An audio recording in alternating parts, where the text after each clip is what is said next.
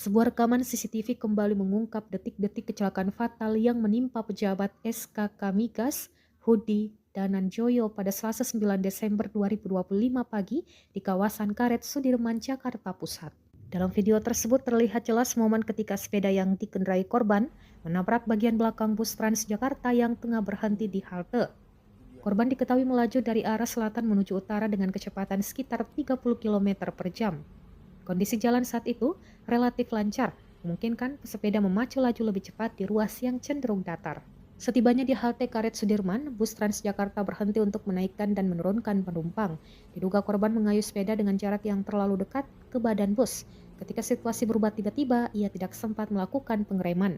Dalam rekaman terlihat sepeda korban menghantam bodi belakang bus listrik tersebut. Benturan keras itu membuat korban terpental ke sisi kanan jalan. Warga sekitar sempat mencoba memberikan pertolongan, namun luka berat pada bagian kepala membuat nyawa korban tak tertolong. Ia dinyatakan meninggal dunia di lokasi kejadian.